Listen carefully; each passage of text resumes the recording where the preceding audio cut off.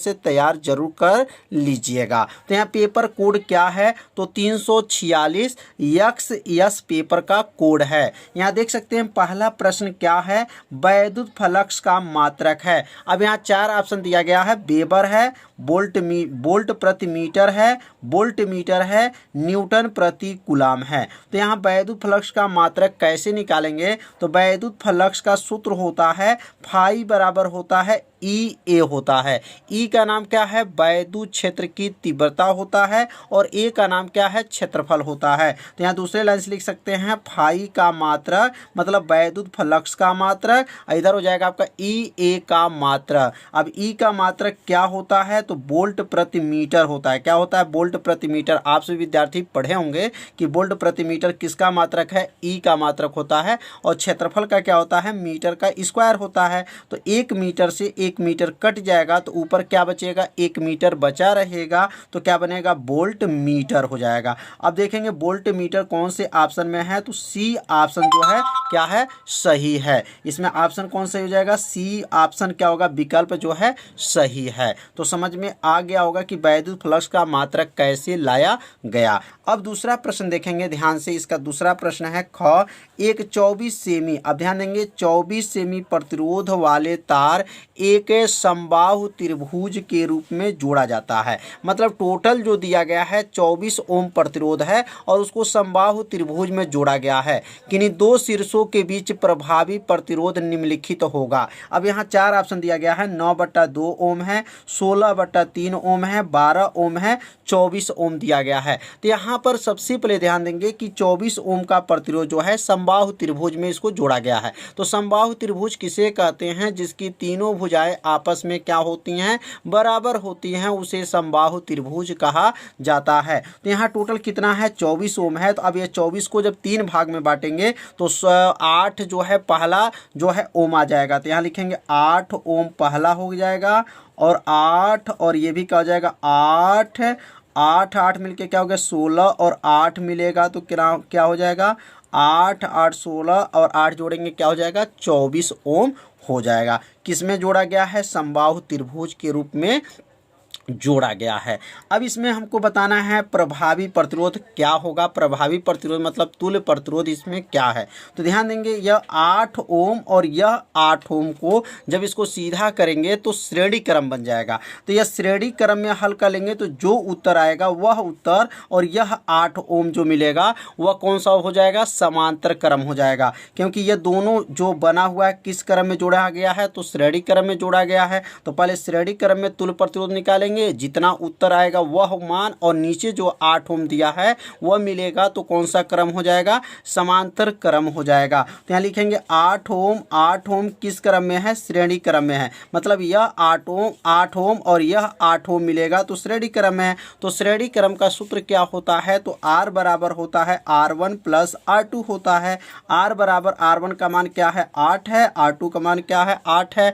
8 8 जोड़ लेंगे तो क्या हो जाएगा 16 ओम हो जाएगा। मतलब ये ऊपर जो है 16 ओम हो गया। अब ये 16 ओम और 8 ओम मिलेगा तो कौन सा क्रम होगा, समांतर क्रम हो जाएगा। तो यहाँ लिखेंगे 16 ओम 8 ओम जो है किस क्रम में है, समांतर क्रम में है। अब समांतर क्रम का सूत्र क्या होता है, तो 1/r' हो जाएगा, 1/r1 + 1/r2 हो जाएगा। 1/r' बराबर 1/r1, R1 का मान क्या मान लेंगे 16 ओम मान लेंगे, और R2 को क्या मान लेंगे 8 ओम मान लेंगे। तो 1/16 + 1 क्या हो जाएगा 8 हो जाएगा। तो 1/r' हो जाएगा। अब यहाँ पे 16 और 8 का अगर एलसीएम लेंगे तो क्या बन जाएगा 16 हो जाएगा। 16 हो गया। अब यहाँ देखेंगे 16 है और यह 8 है, तो कितने से गुणा कर दे 16 हो जाए, तो 2 से जो है ऊपर गुणा कर लेंगे तो क्या हो जाएगा 16 हो जाएगा। मतलब 16 और 8 का एलसीएम क्या हो गया 16 हो गया। तो ऊपर 1 हो जाएगा, यहाँ 2 से गुणा करेंगे तो हर बराबर हो जाएगा। तो 2 और 1 जोड़ेंगे तो क्या बनेगा 3 बटा जो है 16 हो जाएगा।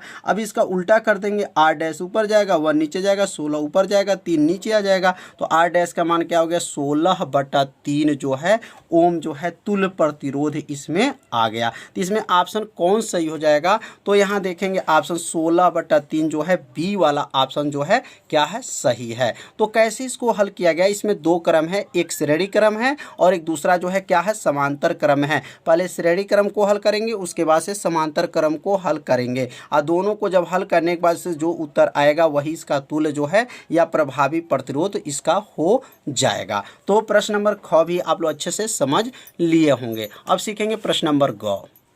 तो प्रश्न नंबर ग क्या है, एक प्रत्यावर्ती परिपथ में R बराबर जो दिया गया है वह 100 ओम दिया गया है, XL बराबर क्या दिया गया है 200 ओम दिया गया है, तथा XC बराबर 200 ओम श्रेणी क्रम में जुड़े हैं। आरोपित वोल्टता तथा प्रवाहित धारा में कलांतर है। यहाँ पर वोल्टता तथा प्रभावी धारा में कलांतर पूछा जा रहा है। कलांतर का मतलब होता है फाई, इसमें फाई पूछा गया। पहला ऑप्शन इसमें दिया गया है 0 अंश, दूसरा 30 अंश, 45 अंश और 90 अंश दिया गया है। सबसे पहले इस प्रश्न में देखेंगे किसका किसका मान प्रश्न में दिया गया है। तो देखेंगे R बराबर 100 ओम है, तो यहाँ लिखेंगे R बराबर 100 ओम हो गया। XL बराबर क्या है 200 ओम है, तो XL बराबर 200 ओम हो जाएगा। XC बराबर 200, XC बराबर 200 ओम हो जाएगा। अब यहाँ पे सूत्र लिख लेंगे कि आरोपित वोल्टता तथा प्रवाहित धारा में कलांतर का सूत्र क्या है। तो यह LCR परिपथ है, और कैसे पता चला कि यह LCR परिपथ है, क्योंकि L है, C है और R दिया गया है। तो LCR परिपथ में आप सभी विद्यार्थी पढ़े होंगे tan फाई बराबर होता है XL माइनस XC बटा क्या होता है R होता है। यह किसका सूत्र है, तो यह कलांतर का सूत्र होता है। तो यहाँ पर पहले सूत्र लिख लेंगे। अब सूत्र लिखने के बाद से उसमें मान को भर देंगे, तो लिखेंगे tan फाई बराबर XL कितना है, तो XL का मान देखेंगे 200 है, तो यहाँ 200 लिख देंगे। XC का मान क्या है 200 है, तो यहाँ XC का मान 200 रख देंगे। बीच में क्या है माइनस है, तो माइनस कर दिया जाएगा।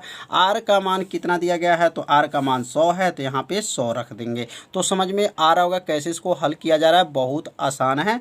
अगला लाइन बनेगा tan फाई बराबर 200 में से जब 200 घटा देंगे तो क्या बचेगा 0 हो जाएगा। बटा में क्या होगा 100, 100 में 100 से जब 0 का भाग करेंगे तो क्या बनेगा 0 हो जाएगा। बताइए tan में किसका मान 0 होता है, तो tan फाई बराबर क्या हो गया 0 अंश हो जाएगा, क्योंकि tan में 0 जो मान आएगा वह 0 अंश में मान जो है 0 होता है, इसलिए फाई बराबर क्या लिखेंगे 0 अंश हो जाएगा। इसमें विकल्प ऑप्शन जो है ए जो है क्या हो जाएगा सही हो जाएगा, 0 अंश होगा। तो इसमें ऑप्शन ए में देख सकते हैं क्या है, ए में आपका क्या है 0 अंश है। तो कैसे इसको हल किया गया, बहुत आसान विधि है। बस सूत्र आपको याद रखना है कि tan फाई का सूत्र होता है LCR परिपथ में XL माइनस XC बटा क्या होता है R होता है। तो प्रश्न नंबर ग भी जो है आप लोग अच्छे से समझ लिए होंगे। तो अब अगला प्रश्न समझेंगे प्रश्न नंबर घ। प्रश्न नंबर घ क्या है, तो प्रश्न नंबर घ देखेंगे, यदि ध्रुवण कोण अल्फा है, ध्रुवण कोण को क्या मान लिया गया है अल्फा है, और क्रांति कोण को क्या मान लिया गया है बीटा हो, तो अब यहाँ पर 4 ऑप्शन दिया गया है। तो पहला ऑप्शन क्या है tan alpha into sine beta बराबर 1 है, काट अल्फा साइन बीटा बराबर 1 है, काट अल्फा काट बीटा tan अल्फा काट बीटा बराबर 1 है, काट अल्फा काट बीटा बराबर 1 दिया गया है। तो यहाँ 4 ऑप्शन दिया गया है, और यह प्रश्न बहुत ही IMP है, क्योंकि यह कई बार ये प्रश्न जो है परीक्षा में पूछा जा चुका है। अब ये देखेंगे यहाँ पे ध्रुवण कोण कितना है, ध्रुवण कोण क्या है अल्फा है, और ध्रुवण कोण को किससे दिखाते हैं IP से दिखाया जाता है, तो IP बराबर अल्फा दिया है। क्रांति कोण को किससे दिखाया जाता है, तो क्रांति कोण को C से दिखाया जाता है, और क्रांति कोण C बराबर इसमें क्या है बीटा है, तो C बराबर बीटा हो गया और IP बराबर अल्फा हो गया। तो अब यहाँ सूत्र होता है n बराबर 1/sin C, मतलब ये सूत्र किसका है, तो अपवर्तनांक और क्रांति कोण में जो है संबंध है। n बराबर क्या होता है 1/sin C हो जाएगा। अब n बराबर 1/sin C, C के जगह पे क्या क्या लिखना है, बीटा लिखना है। अब सी को हटा देंगे, उसके स्थान पे क्या लिखेंगे, बीटा हो जाएगा। अब बन जाएगा समीकरण नंबर ए। तो ये किसके नियम से बना है, अपवर्तनांक तथा क्रांति कोण में जो है संबंध होता है, उसके अंतर्गत ये सूत्र लिखा गया है। और उसमें जो है सी के स्थान पे क्या लिख दिया गया है, बीटा लिख दिया गया। बन गया समीकरण नंबर ए। और आप लोग पढ़े होंगे बूस्टर का नियम। किसका नियम है, बूस्टर का नियम क्या होता है, n बराबर होता है tan IP होता है। यह बूस्टर नाम के वैज्ञानिक थे, इन्होंने ये सूत्र बनाए थे, n बराबर tan IP होता है। अब बताइए इसमें IP किसके बराबर दिया गया है, तो इसमें IP जो है अल्फा के बराबर दिया गया है। अब यहाँ n बराबर tan IP को हटा देंगे, उसके स्थान पे क्या लिखेंगे, अल्फा लिख लेंगे। यह किसका मान है, IP का मान। अब बन गया समीकरण नंबर 2। अब समीकरण 1 को देखिए और समीकरण नंबर 2 को देखिए ध्यान से। इसमें क्या है, n है, और इसमें भी देखिए क्या है, n है। इसका मतलब समीकरण 1 का मान समीकरण 2 में रखने पर समीकरण 1 का जो मान निकला हुआ है वही मान समीकरण 2 में क्या करेंगे, रख देंगे। तो समीकरण 1 का मान क्या निकला है, n बराबर 1/sin बीटा निकला है। अब यहाँ n के स्थान पे क्या लिखेंगे, 1/sin बीटा हो जाएगा। और यहाँ n देखिए n है तो n की जब 1/sin बीटा हो गया, बराबर है tan अल्फा है तो यहाँ क्या लिखेंगे, tan अल्फा हो जाएगा। मतलब यहाँ पर किसका मान रखा गया है, तो यहाँ पर n का मान जो समीकरण 1 में निकला है वही मान यहाँ पे रखा गया है। अब इसमें गुणा करेंगे, साइन बीटा का गुणा जो है, साइन बीटा गुणा साइन अल्फा में कर लेंगे तो क्या बनेगा, यहाँ पर साइन बीटा गुणा जो है tan अल्फा में करेंगे तो क्या बनेगा, tan alpha into sine beta. अब बराबर में क्या हो जाएगा, बराबर में 1 हो जाएगा। यहाँ देखिए अंश में क्या है, 1 है तो यह 1 के बराबर हो गया। अब इसमें ऑप्शन देखेंगे कि tan अल्फा साइन बीटा किस में है, तो tan अल्फा साइन बीटा बराबर 1 जो है पहला ऑप्शन जो है इसमें सही है। विकल्प नंबर 1 जो है tan alpha into sine beta बराबर 1 ऑप्शन जो है पहला क्या है, सही है। तो समझ में आ रहा होगा कैसे इसको निगमन किया गया। तो इसमें 2 सूत्र का प्रयोग किया गया, क्रांति कोण तथा अपवर्तनांक में संबंध का प्रयोग किया गया तथा बूस्टर का नियम जो है इसमें प्रयोग किया गया, जिसके माध्यम से इसको सिद्ध किया गया। अब अगला क्वेश्चन इसमें देखेंगे, एक ही वेग से गतिमान में से किस कण के देवब्रागली तरंगदैर्घ्य अधिकतम होती हैं। मतलब एक ही वेग, मतलब वेग जो है एक ही हो, गतिमान में से किस कण के देवब्रागली तरंगदैर्घ्य अधिकतम होती हैं, इलेक्ट्रॉन की, प्रोटॉन की, न्यूट्रॉन की, अल्फा कण की। तो याद रखेंगे इलेक्ट्रॉन की जो है तरंगदैर्घ्य क्या होती हैं, अधिकतम होती हैं। इसमें ऑप्शन नंबर जो है ए जो है क्या हो जाएगा, सही हो जाएगा। तो यह विकल्प जो है फाइनल हो गया। अब हम लोग सीखेंगे प्रश्न नंबर इसका 2। प्रश्न नंबर 2 का क क्या है, तो प्रश्न नंबर 2 अब समझेंगे क्या दिया गया है। अब यहाँ पर एक और विकल्प है, पहला ये विकल्प फाइनल हो जाए तो विकल्प क्या है इसमें, प्रकाश वैद्युत प्रभाव के प्रयोग में, अप्रकाश वैद्युत प्रभाव के प्रयोग में आपतित प्रकाश की आवृत्ति किसे दिखाते हैं, गामा से दिखाया जाता है तथा निरोधी विभव को किसे दिखाते हैं, V0 इसको कहा जाता है या V0 भी कह सकते हैं, के बीच खींचे गए वक्र का ढाल होती है। अब यहाँ पे ढाल का सूत्र आप लोग पढ़े होंगे, ढलान बराबर क्या होता है, h/e, मतलब प्लांक नियतांक और इलेक्ट्रॉन का आवेश के अनुपात को क्या कहा जाता है, वक्र की ढलान कहा जाता है। तो ढलान का सूत्र होता है h/e। तो इसमें h/e जो है कौन सूत्र हो जाएगा, कौन ऑप्शन होगा, तो बी ऑप्शन जो है क्या हो जाएगा, सही हो जाएगा। कि बी ऑप्शन में क्या दिया गया है, h/e दिया गया है। और इसमें वक्र की ढलान पूछा जा रहा है, वक्र की ढलान का सूत्र क्या होता है, प्लांक नियतांक बटा इलेक्ट्रॉन पर आवेश होता है। तो इसमें ऑप्शन बी जो है क्या हो जाएगा, सही हो जाएगा। अब अगला जो प्रश्न है 2 का क, अवतल लेंस के द्वितीय फोकस की परिभाषा दीजिए। यह भी प्रश्न बहुत आईएमपी है।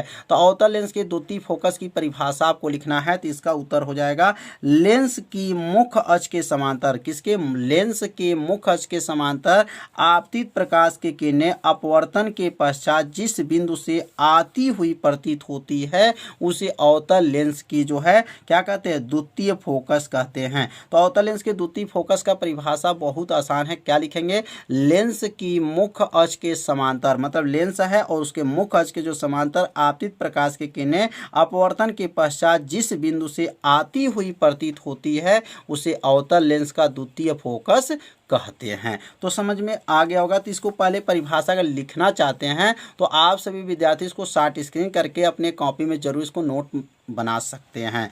अब अगला जो ख प्रश्न है, रेडियोएक्टिव पदार्थ की औसत आयु तथा अर्ध आयु में संबंध लिखिए। तो रेडियोएक्टिव पदार्थ की औसत आयु और अर्ध आयु में क्या संबंध होता है, केवल संबंध लिखना है, संबंध स्थापित नहीं करना है। तो क्या लिखेंगे, औसत आयु टाउ बराबर होता है 1.44 जो है टी हाफ होता है। क्या होता है, टाउ बराबर 1.44 जो है टी हाफ। टी हाफ का नाम क्या है, तो टी हाफ का नाम अर्ध आयु है, मतलब आधा समय इसको बोला जाता है। तो लिख सकते हैं यहाँ पर टाउ का नाम क्या है, औसत आयु है, और टी हाफ का नाम क्या है, अर्ध आयु है। तो प्रश्न नंबर ख भी आप लोग समझ गए होंगे कि इसमें रेडियोएक्टिव पदार्थ में औसत आयु तथा अर्ध आयु में क्या संबंध है। तो अब अगला प्रश्न समझेंगे। अगला प्रश्न क्या दिया गया है। अगला प्रश्न बहुत ही आईएमपी है, यह कई बार बोर्ड की परीक्षा में पूछा जा चुका है। तो इसलिए इस प्रश्न को आप लोग अच्छे से तैयार कर लीजिएगा। 2 का ग है, प्रकाश वैद्युत कार्य फलन का अर्थ समझाइए। प्रकाश वैद्युत कार्य फलन का आपको अर्थ समझाना है। इसका मतलब कार्य फलन किसे कहते हैं। कितना आसान परिभाषा है, आप लोग परिभाषा जानते भी होंगे, नहीं जानते हैं तो इस परिभाषा को आप लोग याद रखिएगा। वह न्यूनतम ऊर्जा जो किसी धातु के सतह से प्रकाश इलेक्ट्रॉन का उत्सर्जन कर सके, मतलब वह न्यूनतम ऊर्जा होता है जब किसी धातु के सतह पे जब प्रकाश की किरणें आपतित होती हैं तो वहां से इलेक्ट्रॉन उत्सर्जन हो जाता है, उसी को क्या कहा जाता है, कार्यफलन कहते हैं।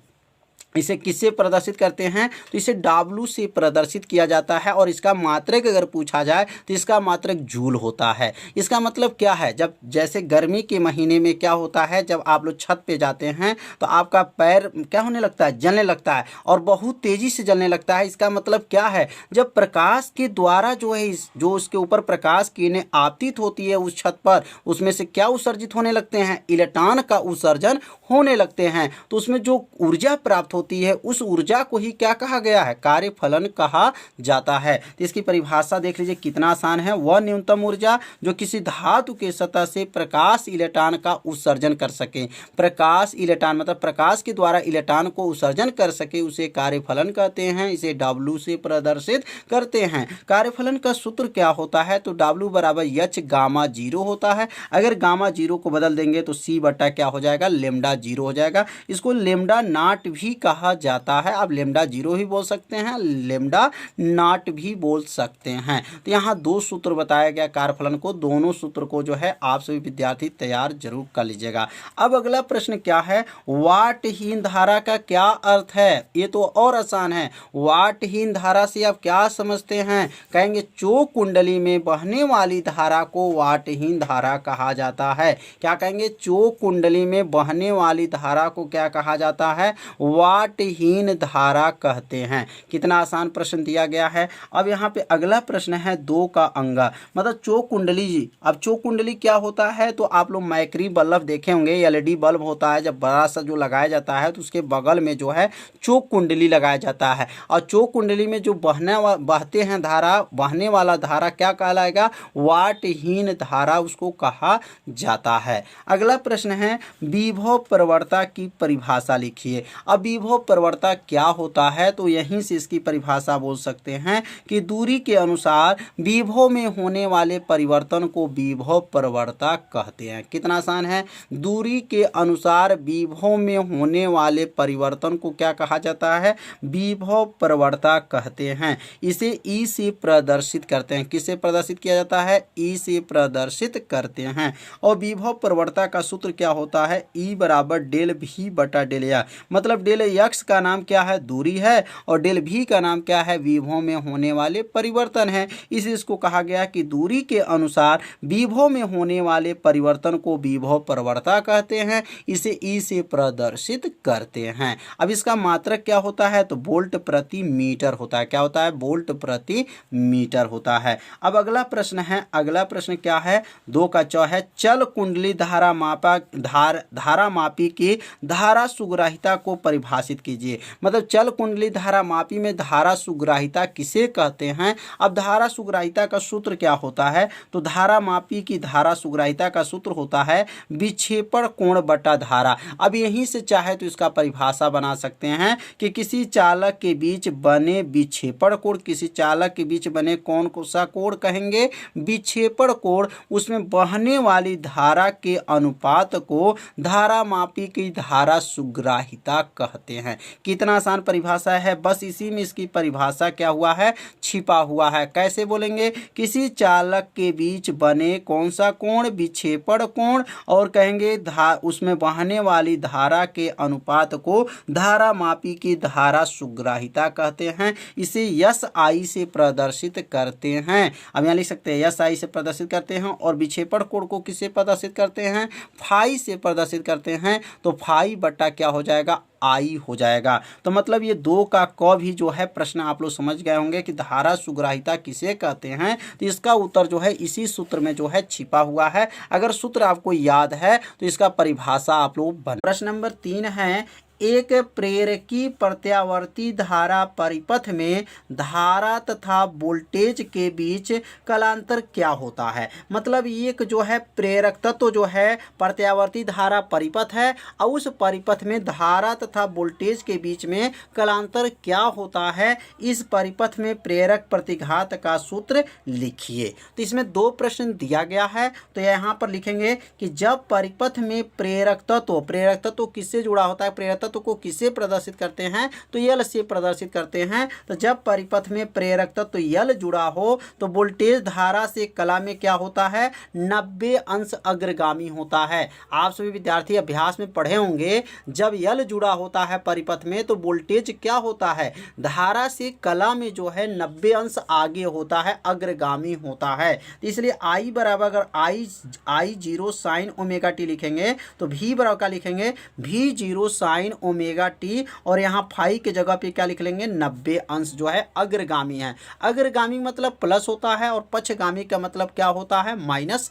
होता है। तो यहाँ प्लस है तो इसलिए अग्रगामी है, और अग्रगामी कौन है, तो धारा से जो है वोल्टेज क्या है, अग्रगामी है। अब यहाँ पर भी बराबर भी जीरो उतार देंगे, sine 90 plus theta. Sine 90 plus theta का सूत्र क्या होता है, तो काश थीटा होता है। तो थीटा के जगह पे ओमेगा टी है, तो इसलिए यहाँ पे क्या लिखेंगे, ओमेगा टी हो जाएगा। तो भी बराबर क्या बनेगा, भी जीरो कास ओमेगा टी हो जाएगा। मतलब वोल्टेज और धारा के बीच में क्या कलांतर होगा, तो जब प्रेरक तत्व जुड़ा रहता है तो वोल्टेज जो होता है धारा से कला में 90 अंश आगे होता है। अगला जो इसमें दिया गया है दूसरा प्रश्न इसी में, प्रेरक प्रतिघात। अब प्रेरक प्रतिघात को किससे दिखाते हैं, एक्स यल से दिखाते हैं। तो एक्स यल किसके बराबर होता है, ओमेगा यल के बराबर होता है। तो यहाँ लिखेंगे एक्स यल बराबर क्या होगा, 2 पाई एफ यल हो जाएगा। अब ओमेगा का स्थान पे क्या लिखेंगे, 2 पाई एफ हो जाएगा, क्योंकि ओमेगा का सूत्र होता है 2 पाई एफ, और यहाँ का जगह यल हो जाएगा। तो ये किसका सूत्र हो गया, प्रेरक प्रतिघात का यह सूत्र हो गया। अगला जो प्रश्न है 3 का ख, तरंगदैर्घ्य लेमडा बराबर दिया गया है 5 × 10⁻⁷ मीटर के फोटान की ऊर्जा का मान इलेक्ट्रॉन वोल्ट में ज्ञात कीजिए। मतलब तरंगदैर्घ्य इसमें कितना दिया गया है, तो 5 × 10⁻⁷ मीटर दिया गया है, और फोटान की जो ऊर्जा निकालना है वह इलेक्ट्रॉन वोल्ट में निकालना है। तो यहाँ लिखेंगे लेमडा बराबर, पहले जो मान दिया है पहले नोट कर लेंगे। तो लेमडा बराबर 5 × 10⁻⁷ मीटर जो है यह किसका मान है, तो लेमडा का मान है। ई बराबर प्रश्नवाचक हो जाएगा। मतलब ई मतलब क्या है, ऊर्जा। ऊर्जा बराबर क्या होगा, प्रश्नवाचक हो जाएगा। अब ऊर्जा का सूत्र क्या होता है, तो ऊर्जा का सूत्र होता है ई बराबर Hc बटा लेमडा होता है। ये किनका सूत्र है, तो ऊर्जा, फोटान की ऊर्जा का सूत्र है। अब अगला लाइन लिखेंगे ई बराबर, अब एच का नाम क्या है, तो प्लांक नियतांक है, और प्लांक नियतांक का मान क्या होता है, तो 6.6 × 10⁻⁴ होता है। और सी का मान क्या होता है, 3 × 10⁸ होता है। और लेमडा का मान दिया गया है कितना, 5 × 10⁻⁷ मीटर दिया गया है। अब 6.6 का गुणा जब 3 में करेंगे तो 19.8 हो जाएगा। 6.6 का गुणा 3 में करेंगे तो क्या बनेगा, 19 29.8 हुआ।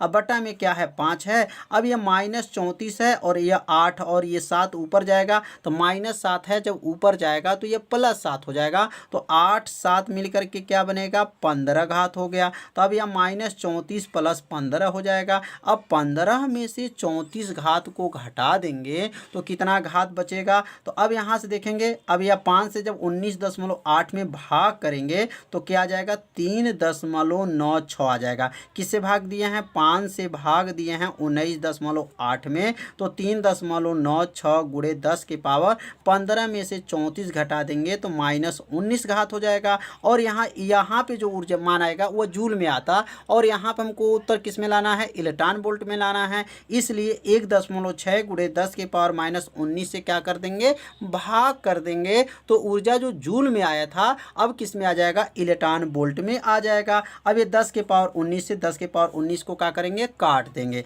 अब यहाँ क्या बचेगा 3.96 बटा 1.6 हो जाएगा। अब ये 3.96 में 1.6 से भाग कर देंगे तो क्या आ जाएगा 2.47 जो है इलेक्ट्रॉन वोल्ट हो जाएगा। तो ऊर्जा का मान जो है इलेक्ट्रॉन वोल्ट में कैसे निकाला गया आप सभी विद्यार्थी अच्छे से समझ गए होंगे। तो इसे अपने कॉपी में जरूर नोट कर लीजिए और इसको हल भी करते सीख लीजिए कैसे इसको हल किया जा रहा है। तो अब अगला प्रश्न सीखेंगे 3 का गौ। तो प्रश्न नंबर 3 का ग है, यदि प्रिज्म का कोण तथा न्यूनतम विचलन कोण बराबर हो तो प्रिज्म के पदार्थ का अपवर्तनांक ज्ञात कीजिए। मतलब प्रिज्म का कोण को और न्यूनतम विचलन कोण को अगर आपस में बराबर कर दिया जाए तो प्रिज्म के अपवर्तनांक का मान क्या होगा, क्या सूत्र बनेगा। तो लिखेंगे ए बराबर, ए का नाम क्या है प्रिज्म का कोण बोला जाता है। तो यहाँ प्रिज्म का कोण जो है न्यूनतम विचलन कोण के क्या है बराबर है। प्रश्न में कहा गया है कि ए का मान डेल एम का मान में आपस में क्या है बराबर हैं। तो प्रिज्म का अपवर्तनांक का सूत्र आप लोग जानते होंगे, n बराबर क्या होता है साइन ए प्लस डेल एम बटा 2 पूरे का बटा साइन ए बटा 2 होता है। ये किसका सूत्र है तो प्रिज्म के अपवर्तनांक का यह सूत्र है। अब n बराबर क्या हो जाएगा साइन हो जाएगा, ए के जगह पर ए रहेगा लेकिन डेल एम के स्थान पर क्या रखेंगे ए रख देंगे। तो ए प्लस ए बटा 2 हो गया, नीचे साइन ए बटा 2 को नीचे उतार देंगे। मतलब डेल एम के स्थान पे क्या लिखा गया है ए रखा गया है। अब यहाँ पे लिखेंगे n बराबर क्या हो जाएगा साइन, अब एगो ए और एगो ए मिलके कितना हो जाएगा 2a हो जाएगा, बटा में 2 है और नीचे साइन ए बटा 2 को नीचे क्या करेंगे उतार देंगे। अब यहाँ पे क्या होगा 2 से 2 को काट दिया जाएगा, बचेगा क्या साइन ए बचेगा और नीचे क्या बचेगा साइन ए बटा 2 बचेगा। और एक सूत्र आप सभी विद्यार्थी जानते होंगे, त्रिकोणमिति में पढ़े होंगे, साइन ए का सूत्र होता है साइन ए बराबर क्या होता है तो 2 साइन ए बटा 2 होता है इंटू क्या होता है कास ए बटा 2 होता है। ये किसका सूत्र है तो साइन ए का सूत्र है 2 साइन ए बटा 2 इंटू कास ए बटा 2 इसका जो है सूत्र है। अब ये साइन ए को हटा देंगे, उसके स्थान पे क्या लिखेंगे 2 साइन ए बटा 2 इंटू कास ए बटा 2। ये किसका सूत्र है साइन ए का सूत्र है। अब बटा में क्या है साइन ए बटा 2 को नीचे उतार देंगे। अब साइन ए बटा 2 से साइन ए बटा 2 को काट देंगे, काटने के बाद से बचेगा क्या तो n बराबर बचेगा, ऊपर 2 बचेगा और क्या बचेगा कास ए बटा 2। तो यही जो है किसका सूत्र आ गया प्रिज्म के पदार्थ का अपवर्तनांक का सूत्र आ गया। और ये कब सूत्र बनेगा जब ए का मान डेल एम का मान आपस में क्या हो बराबर हो। तो एक एक लाइन को जो है आप सभी विद्यार्थी अपने कॉपी में जरूर इसको क्या कर लीजिएगा नोट कर लीजिएगा। जहां आपको समझ में नहीं आ रहा हो वहां पर जरूर आप सभी विद्यार्थी कमेंट कीजिएगा।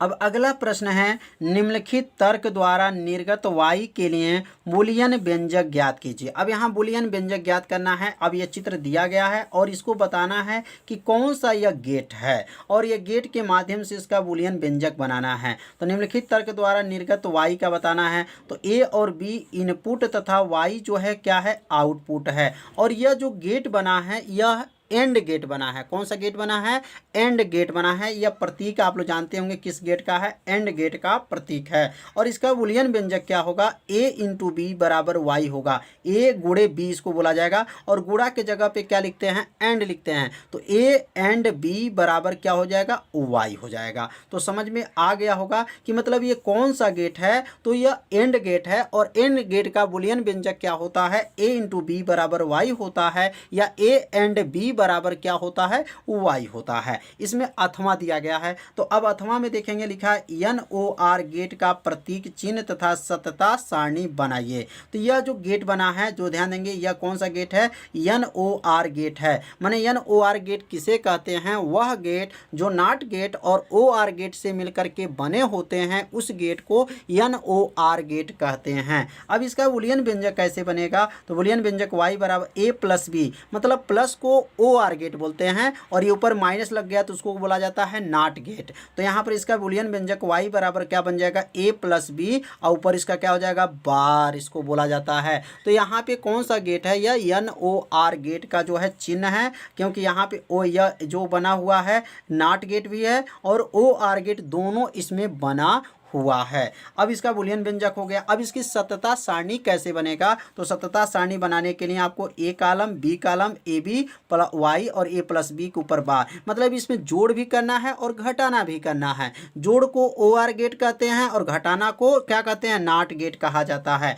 तो अपनी ओर से a बराबर संख्या मान लेंगे 0 0 1 0 1 1 मान लेंगे, और यहाँ क्या है, 1 है, 1 है, 0 है, 1 है। अब इसको जोड़ेंगे तो 0 0 मिलेगा तो क्या बनेगा, 0 होता है। 0 1 जोड़ेंगे तो 1 होता है, 1 0 जोड़ेंगे तो 1 होता है, 1 1 10 होता है, लेकिन यहाँ पे क्या लिखा जाएगा, 1 लिखा जाता है। याद रखिएगा 1 लिखा जाएगा। 1 1 को क्या कहेंगे, 1 1 1 इसमें जोड़ क्या होता है, 1 1 2 नहीं, इसका जोड़ दूसरा होता है। 1 1 मिल करके 10 होता है, लेकिन जब इसकी सतता सारणी बनाते हैं तो 1 1 यहाँ पर 1 लिखते हैं। अगर जब इसका हम माने नॉट गेट करेंगे तो जब 0 रहता है तो वह 1 हो जाता है, 1 रहता है तो 0 हो जाता है, उल्टा करना है। तो 0 है तो 1 है, 1 है तो 0 है, 1 है 0 है, 1 है तो ये भी क्या रहेगा, 0 रहेगा। तो समझ में आ गया होगा कि इसका जो सतता सारणी कैसे बना। तो लेंस तथा अवतल लेंस की क्षमता 10 डायोप्टर एवं 2 डायोप्टर है।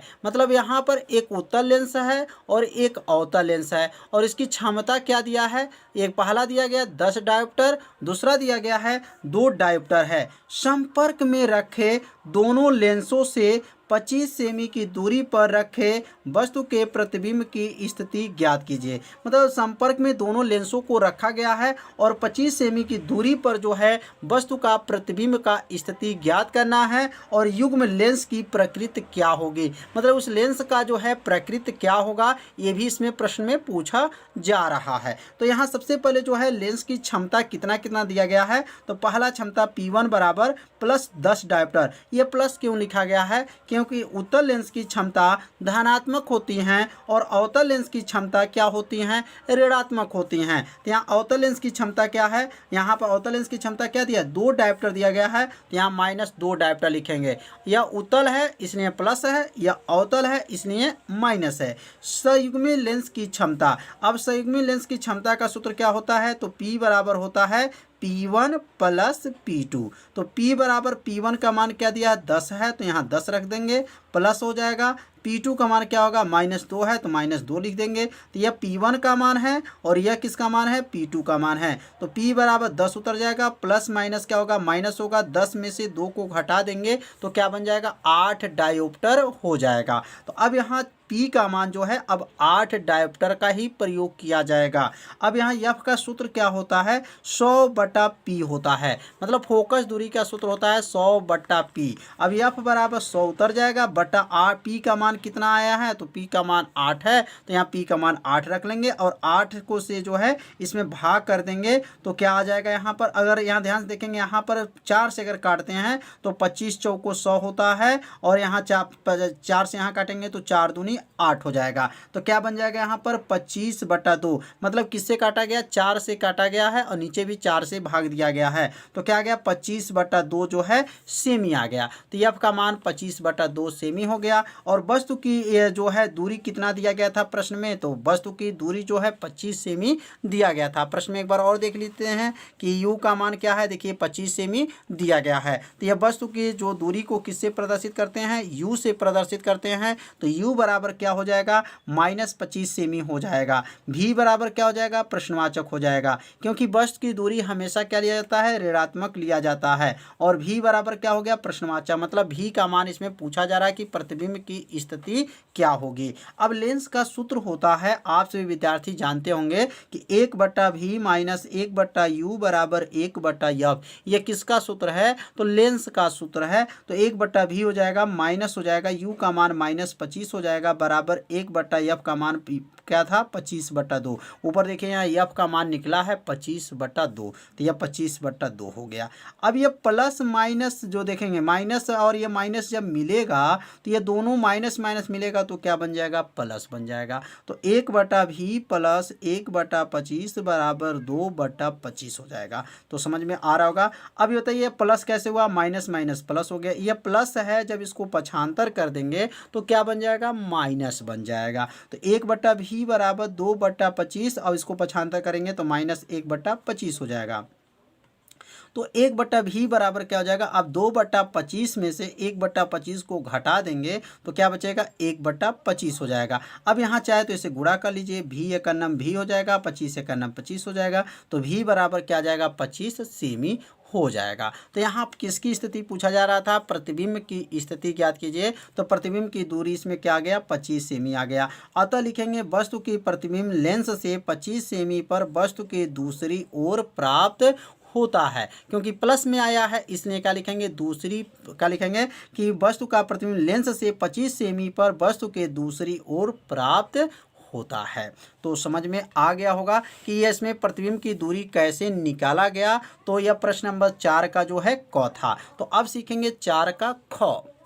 तो 4 का ख है, यंग के द्विरेखा छिद्र का प्रयोग की सहायता से प्रिज्म की चौड़ाई का व्यंजक ज्ञात कीजिए। मतलब यंग के जो नियम से जो है द्विरेखा छिद्र का प्रयोग के सहायता से जो है इसकी चौड़ाई का व्यंजक निकालना है। तो पहले यहाँ पर फ्रिंज की चौड़ाई किसे कहते हैं, पहले इसकी परिभाषा को समझते हैं। तो लिखेंगे किन्हीं दो क्रमागत, या मतलब क्रमागत मतलब क्रम से, तो किन्हीं दो क्रमागत दीप्त लीजिए या अदीप्त लीजिए, ठीक ना। दीप्त माने क्या होता है, चमकीला, और अदीप्त माने क्या होता है, अंधेरा। तो कहेंगे दीप्त फ्रिंज या अदीप्त फ्रिंज के बीच की दूरी को क्या कहा जाता है, फ्रिंज की चौड़ाई कहते हैं। तो फ्रिंज की चौड़ाई की परिभाषा क्या है, किन्हीं दो क्रमागत दीप्त फ्रिंज या अदीप्त फ्रिंज के बीच की दूरी को फ्रिंज की चौड़ाई कहते हैं। इसे W से प्रदर्शित करते हैं। तो समझ में आ गया होगा कि फ्रिंज की चौड़ाई से क्या समझते हैं। तो इसमें दो क्रमागत लेना है, दीप्त ले सकते हैं और या अदीप्त ले सकते हैं। मान लें दो क्रमागत केंद्र से यमवी तथा m+1वीं दूरी क्रमशः क्या है, xm। अगर यमवी है तो इसलिए xm, और यह m+1 है तो क्या बनेगा, xm+1 है। तो फ्रिंज की चौड़ाई W बराबर क्या बनेगा, xm+1 - xm। मतलब ये दोनों क्रमागत के जो बीच की दूरी होगा वही फ्रिंज की चौड़ाई होता है। तो यहाँ पर यह जो है xm+1 - xm हो जाएगा। मतलब इसमें का अंतर कर दें तो फ्रिंज की चौड़ाई का मान निकल जाता है। तो xm का सूत्र क्या होता है, तो xm यहाँ लिख सकते हैं, यहाँ पर xm का सूत्र होता है m लेमडा d/d होता है। यह किसका सूत्र है, xm का सूत्र है। अगर इसी प्रकार xm+1 का सूत्र बनाते हैं तो क्या बनेगा, बस थोड़ा सा ध्यान देना, जहाँ m है वहीं पे क्या बन जाएगा, m+1 हो जाएगा। क्या बनेगा, m+1 लेमडा d/d। मतलब m के स्थान पे क्या हुआ, m+1 हो जाएगा, और यहाँ m है तो m ही रहेगा, m लेमडा d/d हो जाएगा। मतलब यहाँ पे जो सूत्र बनाया गया है बस यहाँ से समझिएगा, xm+1 है तो यहाँ पे m+1 हो जाएगा, m है तो सिर्फ m हो रहेगा। अब दोनों में से ध्यान से देखिए, इसमें से कॉमन दिखाई दे रहा है। तो क्या कॉमन दिखाई दे रहा है, लेमडा d/d। तो लेमडा d/d को बाहर कर लेंगे, कॉमन ले लेंगे, और जब कॉमन ले लेंगे तो अंदर क्या बचेगा, m+1 बचेगा माइनस m बचेगा। तो यहाँ लिखेंगे m+1 - m हो जाएगा। मतलब यह m यहाँ से m+1 बचा, यहाँ m बचा। अब यह m से m को काट दें तो बचेगा 1। अब यहाँ पे जो है 1 से क्या करेंगे, करेंगे, इसमें गुणा कर लेंगे। अब यहाँ क्या बचेगा, लेमडा डी बटा डी जो है गुणे 1 हो जाएगा। मतलब यहाँ पे यह जो है 2 बार उतर गया है, तो इसको आप लोग मत लिखिएगा, इसको 2 बार लिखा जा चुका है, तो इसलिए इसको 2 बार मत लिखिएगा। अब यहाँ यम से यम कट गया तो बचेगा 1, और 1 में लेमडा डी बटा डी का गुणा कर लेंगे तो क्या बन जाएगा, यहाँ पर लेमडा डी बटा डी हो जाएगा। और लेमडा डी बटा डी ये किसका सूत्र है, तो यही फ्रिंज की चौड़ाई का क्या है, सूत्र है। तो समझ में आ गया होगा कि फ्रिंज की चौड़ाई का सूत्र का निगमन कैसे किया गया है। तो इसे चाहे तो आप सभी विद्यार्थी अपने कॉपी में जब इसको नोट करेंगे तो आपको पूरा अच्छे से समझ में आ जाएगा। तो प्रश्न नंबर 4 का ग, एक 16 ग्राम रेडियोएक्टिव पदार्थ के औसत आयु 1 दिन है, ज्ञात कीजिए। पहला, इसकी अर्ध आयु ज्ञात करना है, और अगला जो क्वेश्चन है 3.35 दिन बाद इसकी विघटित मात्रा की गणना करना है। तो यहाँ सबसे पहले जो है मात्रा, प्रारंभिक मात्रा कितना दिया गया है, तो n0 इसको बोला जाता है, या इसको n0 भी कहा जाता है। तो n0 बराबर क्या है, 16 ग्राम प्रश्न में दिया गया है। और इसमें औसत आयु कितना दिया गया है, 1 दिन। औसत आयु को टाउ से प्रदर्शित करते हैं, तो टाउ बराबर क्या हो जाएगा, 1 दिन हो जाएगा। इसकी अर्ध आयु ज्ञात कीजिए। अर्ध आयु किसे दिखाते हैं, टी हाफ से, और टी हाफ बराबर क्या है, यहाँ पर प्रश्नवाचक है, मतलब टी हाफ बराबर जो है इसमें पूछा जा रहा है। अब टी बराबर क्या है, 3.35 दिन में, 3.5 दिन में इसकी विघटित मात्रा गणना करना है। तो n बराबर क्या करेंगे, प्रश्नवाचक है, मतलब इसमें n का मान पूछा जा रहा है। तो यहाँ पे सूत्र होता है टी बराबर होता है, टी बराबर पढ़े होंगे 0.693 इंटू टाउ होता है। क्या होता है, 0.693 इंटू टाउ होता है। तो टी बराबर 0.693, और टाउ का मान क्या दिया है, 1 है, तो 1 से इसमें क्या करेंगे, गुणा कर लेंगे। और जब 1 से गुणा करेंगे तो टी बराबर क्या आ जाएगा, 0.693 आ जाएगा। तो इसमें टी का मान क्या आ गया, 0.693 हो गया। अब यहाँ पे क्या करेंगे, n का एक सूत्र होता है टी बटा टी हाफ होता है। अब यहाँ टी हाफ का मान क्या निकला, 0.693 निकला है। तो यहाँ लिखेंगे n बराबर, और टी का मान दिया है 3.5, तो ये लिखेंगे 3.5 बटा 0.693। अब ये 0.963 से 3.5 में भाग करेंगे, लगभग 5 आ जाएगा। तो n का मान क्या आया, 5 आ गया। अब यहाँ पर शेष जो मात्रा, विघटित मात्रा कैसे निकलेगा, तो सूत्र होता है n बराबर क्या होता है, आप सभी विद्यार्थी जानते होंगे, पढ़े होंगे। तो n बराबर क्या होता है, n0 1/2 के पावर n होता है। यह किनका सूत्र है, शेष परमाणुओं की संख्या या शेष विघटित मात्रा, इसको बोला जाता है। n बराबर n0 1/2 के पावर n है। अब n उतर जाएगा, n0 का मान क्या है, 16 है, 1/2 उतर जाएगा, n का मान इसमें कितना निकला है, 5 है, तो 5 रख देंगे। तो n बराबर 16 हो गया। अब 1/2 का गुणा जब 5 बार करेंगे तो 1 क्या बनेगा, 32 हो जाएगा। 1/32 कैसे हुआ, 1/2 1/2 करके कितने बार करना है, 5 बार करेंगे तो 1 जो है 32 आ जाएगा। 16 दूनी 32 कितने बार गया, 2 बार में गया है। तो n बराबर क्या आ गया, 1/2 हो गया, या 2 से इसमें 1 में भाग करेंगे तो 0.5 ग्राम हो जाएगा। तो समझ में आ गया होगा कि इसमें शेष परमाणुओं की मात्रा या विघटित मात्रा क्या आया, 0.5 ग्राम आ गया। तो प्रश्न नंबर 4 का ग भी जो है आप लोग अच्छे से समझ लिए होंगे। तो अब अगला क्वेश्चन हम लोग समझेंगे। तो 4 का घ, एक छोटा छड़ चुंबक एक समान बाह्य चुंबकीय क्षेत्र 4.5 टेस्ला में रखा है। अब यहाँ पे जो मान दिया 4.5 का मान, ये चुंबकीय क्षेत्र का मान है, पहला मान, तथा छड़ चुंबक के अक्ष क्षेत्र के साथ 30 अंश का कोण बन रहा है, मतलब थीटा के जगह पे 30 अंश का कोण बन रहा है। यदि इस पर 4.5 गुणे 10 के पावर -2 न्यूटन मीटर का बल आघूर्ण लगता है तो छड़ चुंबक के स्थितिज ऊर्जा ज्ञात कीजिए। यहाँ पर स्थितिज ऊर्जा की गणना करना है।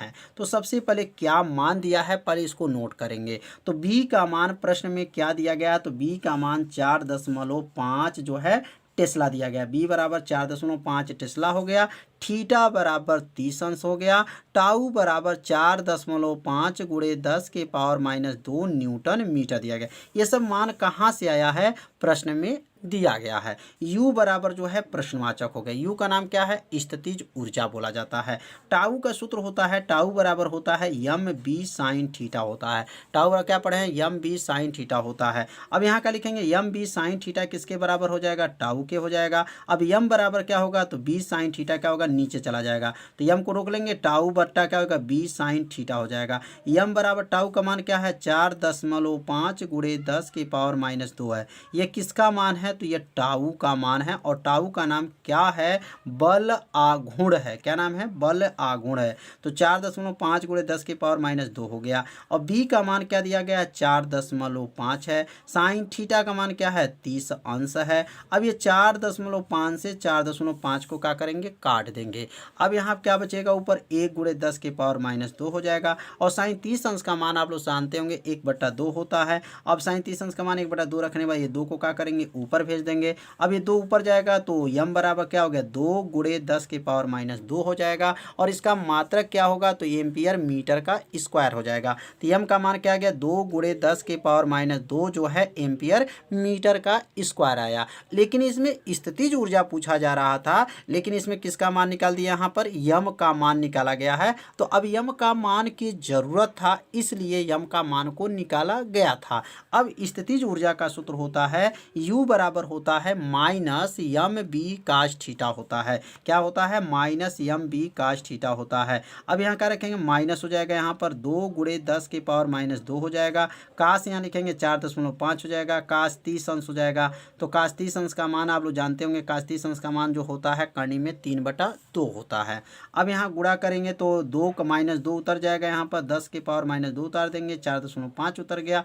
काश 30 अंश का मान करनी में 3/2 हो जाएगा। अब ये 2 से 2 को क्या कर देंगे? काट देंगे। बचेगा क्या? -4.5 गुणे 10 की पावर -2, और कर्ण 3 का मान क्या होता है? 1.732 होता है। अब 4.5 का गुणा जो है 1.732 में करेंगे तो -7.79 गुणे 10 के पावर -2 जूल हो जाएगा। तो समझ में आ गया होगा कैसे यहाँ पर स्थितिज ऊर्जा की गणना किया गया है। तो यहाँ स्थितिज ऊर्जा निकालने से पहले यम का मान निकालना पड़ेगा। जब यम का मान निकल जाएगा तभी जा करके स्थितिज ऊर्जा का मान निकलेगा। तो इसे चाहे तो शॉर्ट स्क्रीन भी ले सकते हैं और अपने कॉपी में नोट भी कर सकते हैं। तो अब सीखेंगे प्रश्न नंबर 4 का जो है अंग क्या है। तो 4 का अंगा प्रश्न है, एक अनंत लंबाई के समान रूप से आवेशित सीधे तार का रेखीय आवेश घनत्व। रेखीय आवेश घनत्व कितना दिया गया है? 10 गुणे 10 के पावर -8 कूलाम प्रति मीटर है। तार से 2 सेमी लंबवत दूरी पर उत्पन्न वैद्युत क्षेत्र के तीव्रता ज्ञात कीजिए। तो इसमें 2 मान दिया गया है। अब दोनों मान को पहले लिखेंगे। लेमडा का मान क्या दिया है? रेखीय आवेश घनत्व को किससे दिखाते हैं? तो लेमडा से दिखाते हैं। और लेमडा बराबर क्या दिया गया है? 10 गुणे 10 की पावर -8 कूलाम प्रति मीटर दिया गया है।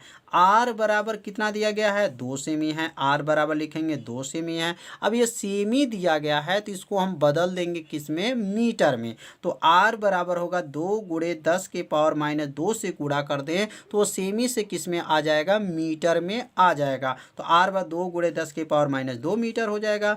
ई बराबर प्रश्नवाचक हो गया। ई का नाम क्या है? वैद्युत क्षेत्र की तीव्रता। और वैद्युत क्षेत्र की तीव्रता को किसे प्रदर्शित करते हैं? ई से प्रदर्शित करते हैं। और यहाँ वैद्युत क्षेत्र का तीव्रता कौन से सूत्र का प्रयोग करेंगे? तो क्या लिखा गया? एक अनंत लंबाई के समान रूप से आवेशित चालक। मतलब जो तार है वो अनंत लंबाई के समान रूप से क्या है? आवेशित तार है। और उसमें उत्पन्न वैद्युत क्षेत्र का सूत्र क्या होता है? तो आप सभी विद्यार्थी जानते होंगे, यह बहुत ही आईएमपी सूत्र है। इसका निगमन भी कई बार पूछा जा चुका है बोर्ड के एग्जाम में, कई सालों से आ रहा है इसका निगमन। तो ई बराबर 1/4 पाई एप्सिलॉन 0 2 लेमडा बट्टा आर होता है। यह किसका सूत्र है? तो अनंत लंबाई के समान रूप से आवेशित तार में उत्पन्न वैद्युत क्षेत्र का यह तीव्रता का सूत्र है। अब ई बराबर होगा, अब 1/4 पाई एप्सिलॉन का मान क्या होता है? तो 1/4 पाई एप्सिलॉन 0 का मान होता है 9 गुणे 10 के पावर 9 होता है। 1/4 पाई एप्सिलॉन का मान क्या बताया गया? 9 गुणे 10 के पावर 9 होता है। यह 2 है तो 2 को यहाँ नोट कर लेंगे। लेमडा का मान क्या है? 10 गुणे 10 के पावर -8 है। तो यहाँ 10 तो 10 गुणे 10 के पावर माइनस 8 जो है ये लैम्डा का मान हो गया। आर का मान 2 गुणे 10 के पावर माइनस 2 है, तो आर का मान 2 गुणे 10 के पावर माइनस 2 हो गया। अब यहाँ चाहे तो 2 से 2 को क्या कर सकते हैं, 2 से 2 को क्या कर सकते हैं, काट देंगे, 2 2 कट जाएगा। अब बचेगा क्या, यहाँ पर बचेगा 9 उतर जाएगा, और क्या बचेगा 10 के पावर यहाँ 9, और ये 2 ऊपर गया तो 9 2 क्या होगा 11 हो जाएगा। बचेगा यहाँ पे 10, 10 के पावर माइनस 8 हो जाएगा। तो अब यहाँ पूरा पावर क्या है, तो यहाँ 11 घात और यहाँ 1 घात है, तो 11 1 12, अब 12 में से 8 घात को घटा देंगे तो कितना घात बचेगा, 4 घात बच जाएगा। तो 9 गुणे 10 के पावर 4 हो जाएगा। और वैद्युत क्षेत्र की तीव्रता का जो है मात्रक क्या होता है, तो न्यूटन प्रति कूलाम होता है, तो इसलिए न्यूटन प्रति कूलाम यहाँ पे रख लिया जाएगा। तो यहाँ कैसे हुआ समझ में आ गया, 2 से 2 को काट देंगे 9, और ये 2 ऊपर गया, 9 2 11 हुआ, 11 1 12 हुआ, 12 में से 8 घटा देंगे तो क्या बन जाएगा, 4 घात हो जाएगा। तो आज के इस वीडियो में प्रश्न नंबर 4 के सभी प्रश्नों को बताया गया। तो आज का ये वीडियो कैसा था, आप सभी विद्यार्थी जरूर कमेंट कीजिएगा, वीडियो को लाइक कर दीजिएगा, और चैनल पर यदि आप पहली बार आए होंगे तो चैनल को सब्सक्राइब जरूर कर लीजिएगा, क्योंकि आपके लिए ये लाइव क्लास चलाया जा रहा है। तो अब अगले भाग में हम लोग जो पढ़ेंगे प्रश्न नंबर 5 से लेकर के आगे के सभी प्रश्नों को जो है हल करके बताया जाएगा। तो आज का वीडियो इतना ही, मिलते हैं अब अगले भाग में, तब तक के लिए सभी विद्यार्थियों को नमस्कार।